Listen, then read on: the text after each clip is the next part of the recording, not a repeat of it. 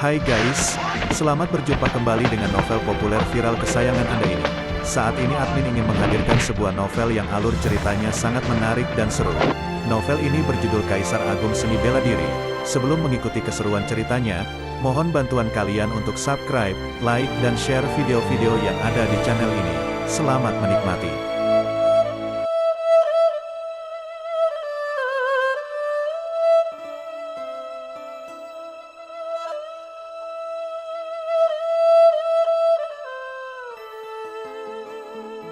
Kaisar Agung Seni Bela Diri, Bab 248, Tetua Istana Ungu. Ternyata, ahli tingkatan penguasa memang enggak gampang dibunuh. Pria tua berjubah ungu itu terhempas hingga belasan meter jauhnya. Selain itu, terlihat bekas pedang di bagian punggung baju perangnya yang penyok. Peringkat pedang gigi harimau tidak tinggi sehingga gagal menembus pertahanan baju perang. Namun, cedera yang dialami pria tua itu juga tidak ringan. Di bawah serangan hukum 5 elemen dan kekuatan fisik lawan, wajahnya pun menjadi pucat pasi. Pertarungan mereka terasa sangat lama, tetapi nyatanya hanya berlangsung dalam waktu singkat. Fluktuasi energi vital sejati mengejutkan begitu banyak ahli Istana Ungu yang sedang berkultivasi di alam rahasia dalam istana. Aura yang kuat sontak menyebar, lalu satu persatu sosok terbang keluar dari menara kultivasi. Mereka semua menjelma menjadi cahaya saat memelesat ke medan tempur. Luo Xiu tidak menyerang pria tua berjubah ungu itu lagi. Sebaliknya, dia berbalik dan menyerbu ke menara kultivasi di belakangnya. Dia menggunakan indera spiritualnya untuk mengunci lantai 7 menara ungu. Ayah, ibu, Luo Xiu tiba di lantai 7 dengan cepat. Dia pun menemukan Luo Songlin dan Loi Suyun yang terperangkap dalam formasi perangkap peringkat 2. Luo Xiu segera mengangkat tangannya untuk menghancurkan formasi perangkap tersebut. Dia berhasil menyelamatkan orang tuanya. Luo Xiu, kenapa kamu ada di sini? Melihat putra mereka, Luo Songlin dan Loi Suyun yang awalnya tampak sangat cemas menjadi sangat gembira. Luo Xiu mendapati bahwa ada bekas darah di sudut bibir ayahnya. Jelas, mereka pasti sangat menderita selama dikurung beberapa hari ini. Kalau bukan karena Istana Ungu ingin mengancam Luo Xiu dengan menggunakan kedua orang tuanya, mereka pasti sudah dibunuh sejak awal. Luo Xiu, jangan pedulikan kami. Kamu harus cepat kabur. Aku dengar orang-orang dari Istana Ungu ini sangat kuat. Kamu enggak akan bisa menang dari mereka, ujar Luo Songlin dengan sangat cemas. Meskipun nyawa mereka berada dalam bahaya, mereka tetap saja memikirkan keselamatan Luo Xiu. Hal ini membuat Luo Xiu sangat terharu. Namun, dia tahu bahwa sekarang bukan saatnya untuk bersikap sentimental. Ayah, ibu, aku memang datang kemari untuk menyelamatkan kalian. Aku enggak akan pernah membiarkan siapapun menyakiti kalian lagi, sahut Luo Xiu sambil meraih tangan orang tuanya. Di luar menara kultivasi, para ahli Istana Ungu yang hampir berjumlah ratusan orang berdiri di ruang kehampaan. Ratusan orang ini adalah kekuatan inti Istana Ungu. Selain para tetua yang sudah merupakan Raja Bela Diri dan Pangeran Bela Diri sepuh, sisanya adalah 20-an anak muda yang sangat berbakat. Terlihat 3 kapal perang perunggu yang melayang di ruang kehampaan. Di kapal yang paling tinggi, seorang tetua Istana Ungu tengah duduk di atas kursi emas. Sosok itu memandang menara ungu 9 lantai di depannya dengan ekspresi datar.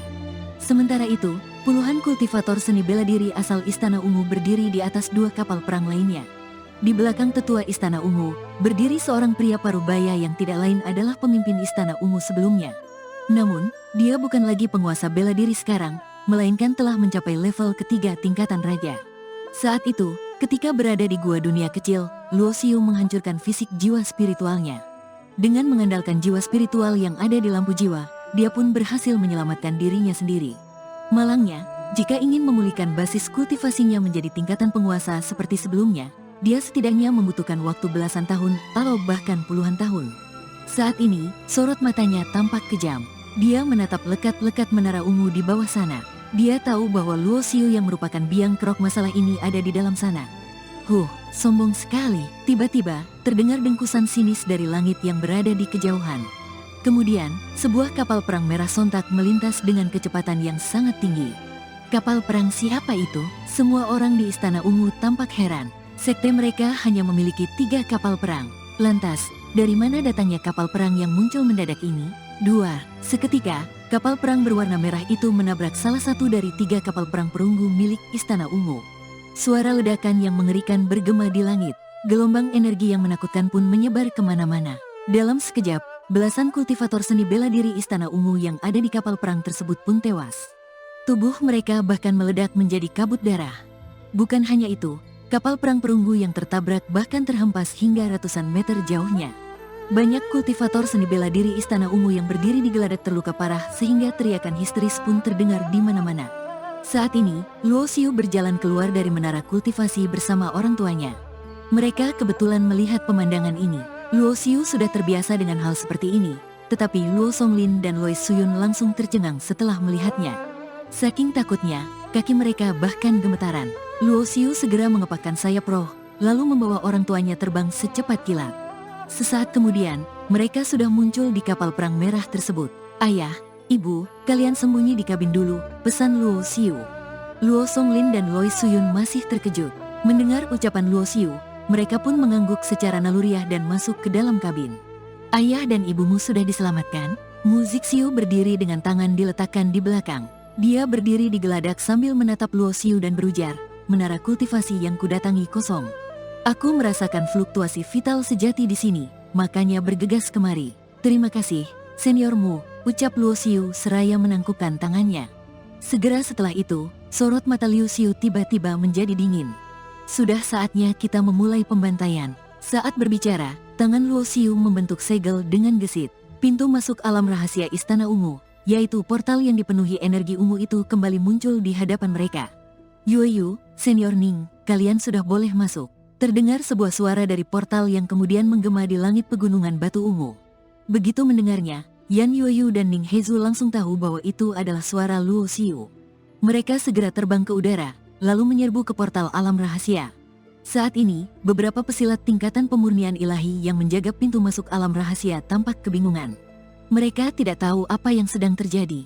Begitu juga dengan divisi non-inti Istana Ungu. Mereka semua tampak keheranan saat mendengar suara yang bergema itu. "Matilah kalian!" Tiba-tiba, terdengar suara lantang yang dipenuhi niat membunuh. Yan Yueyu terbang melintasi udara. Di belakangnya, ada bayangan ilusi jiwa spiritual Phoenix api yang membentangkan sayapnya. Ukuran Phoenix itu mencapai 30-an meter. Kobaran api yang besar pun menyembur dari tubuhnya dan menyebar ke segala arah hingga menyelimuti seluruh gerbang divisi non-inti Istana Ungu. Ning Hezu meliriknya dengan heran. Dia tidak menyangka bahwa wanita yang tampaknya pendiam ini ternyata begitu kejam dan bahkan ingin membunuh semua orang di sini. Namun, Ning Hezu tidak tahu bahwa Istana Ungu telah membunuh begitu banyak orang ketika menerobos masuk ke kediaman keluarga Yan yang berada di prefektur pedang kuno. Dendam besar ini telah dipendam oleh Yan Yueyu selama lebih dari 300 tahun. Begitu melampiaskannya, dia pun tidak bisa mengendalikan diri. Teriakan histeris yang tak terhitung jumlahnya terus-menerus terdengar. Meskipun demikian, ekspresi Yan Yueyu tetap sangat dingin. Dia tahu bahwa orang-orang ini tidak ikut serta dalam pembantaian 300 tahun lalu. Tetapi dia tetap saja tidak bisa mengendalikan niat membunuh di hatinya. "Siapa suruh kalian menjadi murid Istana Ungu?" Hanya dalam waktu singkat, divisi non-inti Istana Ungu telah dibakar habis olehnya. Yan Yueyu berbalik dengan tidak acuh, lalu masuk ke portal alam rahasia Istana Ungu. Semua batasan formasi di alam rahasia Istana Ungu diatur oleh Kaisar Bela Diri Kegelapan pada zaman kuno. Teknik segel dari formasi ini tentu saja diajarkan kepada Luo Xiu.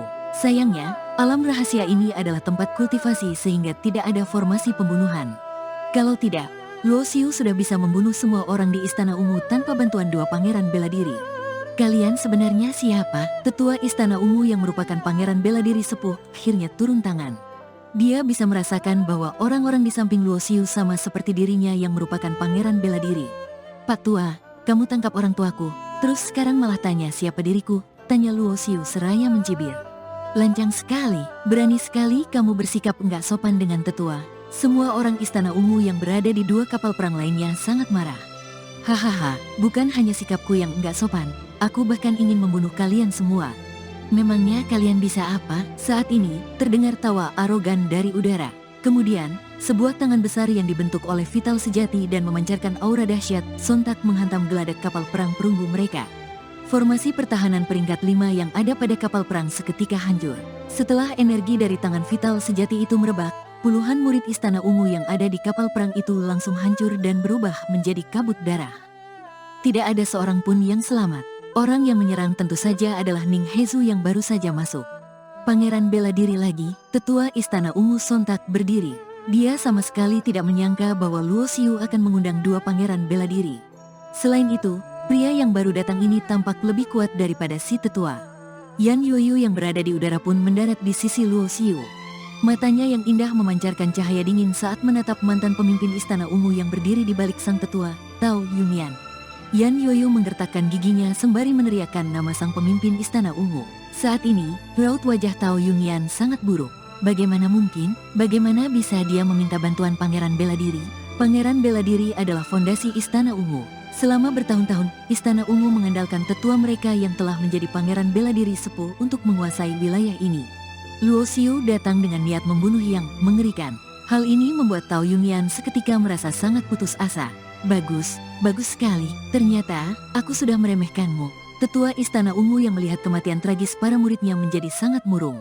Dia tertawa saking marahnya, lalu memuji perbuatan Luo Xiu yang sangat keji ini. Namun, dia tidak menyerang. Dia langsung mengemudikan kapal perangnya dan terbang menjauh ke pintu keluar alam rahasia. Tetua Istana Ungu bukanlah orang bodoh. Dia tahu betul bahwa dirinya bukan lawan kedua Pangeran Bela Diri yang diundang oleh Luo Xiu. Jadi, dia perlu berkomplot dengan Tetua Xuanyang supaya memiliki peluang untuk menang. Luo Xiu tentu saja tidak akan membiarkan si Tetua Istana Ungu kabur begitu saja. Seluruh serangan yang dia lancarkan hari ini adalah bagian dari rencananya. Dia ingin menghancurkan Istana Ungu secepat kilat sehingga Sekte Matahari Hitam tidak sempat membuat persiapan. Kemudian, dia akan lanjut menghancurkan Sekte Matahari yang masih lemah. Kepulangan Luo Xiu kali ini memang untuk menunjukkan kehebatannya kepada semua orang negara bagian Tanah Langit. Dia ingin memberitahu mereka bahwa dirinya tidak mudah untuk diusik. Siapapun yang melanggar batas toleransinya akan langsung dibunuh tanpa ada keraguan sedikit pun. Kalau begitu, kuserahkan si Tetua Istana Ungu kepada kedua senior, ucap Luo Xiu kepada Mu Zixiu dan Ning Hezu sambil menangkupkan tangannya. Haha, tenang saja, dia enggak akan bisa kabur, ujar Ning Hezu sembari tergelak. Mu Zixiu pun mengangguk. Kemudian, dia segera mengaktifkan kapal perangnya untuk mengejar lawan. Mereka sama-sama menaiki kapal perang peringkat rendah. Hanya saja, ada perbedaan pada kelas kapal perang ini. Sebagai seorang inspektur, Mu Zixiu tentu memiliki kapal perang kelas tertinggi meskipun tergolong peringkat rendah.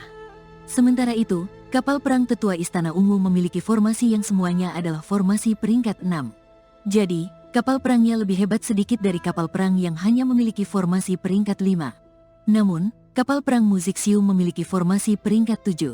Ini adalah kapal perang peringkat rendah dengan kelas tertinggi. Tetua Istana Ungu sudah pasti tidak akan bisa kabur jauh. Tidak lama kemudian, dia sudah disusul oleh Mu Zixiu dan bagian belakang kapalnya bahkan diledakkan. Tirai cahaya pertahanan yang dimiliki kapal perang perunggu seketika berubah bentuk. Kemudian, Ning Hezu sontak melompat dan menebas dengan dua kapak yang ada di belakang punggungnya. Formasi pertahanan yang awalnya sudah hampir hancur pun meledak dan menjadi debu. Tetua Istana Ungu langsung membuat keputusan. Dia meninggalkan kapal perangnya, lalu berubah menjadi cahaya yang terbang menjauh. Haha, mau kemana kamu? Teriak Ning Hezu seraya menengadah. Dia bergegas melanjutkan pengejarannya. Yoyu, kuserahkan tempat ini padamu. Luo Xiu melirik sang pemimpin Istana Ungu, Tao Yunyan, yang tampak sangat pucat. Yan Yoyu pun menarik napas dalam-dalam, lalu mendongak menatap langit sambil bergumam, "Ayah, Ibu, aku akan membalaskan dendam kalian setelah kedua Pangeran Bela Diri pergi mengejar Tetua Istana Ungu. Kini hanya tersisa murid Istana Ungu di alam rahasia." Segera, api maut kegelapan di sekitar tubuh Luo Xiu pun melonjak, lalu dia menyerbu ke depan untuk membunuh musuh. Kehancuran jiwa, indera spiritual tingkatan penguasa menyapu ke depan, menyebabkan lautan jiwa milik kultivator yang lemah hancur seketika dan tewas di tempat. Sementara itu, kultivator dengan basis kultivasi yang lebih kuat merasakan sakit kepala yang sangat dahsyat dan berteriak histeris. Mereka sepenuhnya kehilangan kemampuan untuk melawan. Segera setelah itu, Luo Xiu mengangkat tangannya dan melambai. Api roh menelan kekosongan yang berwarna coklat kemerahan menyebar ke segala arah, lalu membakar semua orang sampai menjadi debu. Mulai sekarang, enggak ada lagi Istana Ungu. Ruang di sekitar terdistorsi dengan hebat karena kobaran api roh menelan kekosongan. Luo Xiu yang mengenakan jubah hitam berdiri tegak. Sekujur tubuhnya pun dipenuhi niat membunuh yang sangat kejam.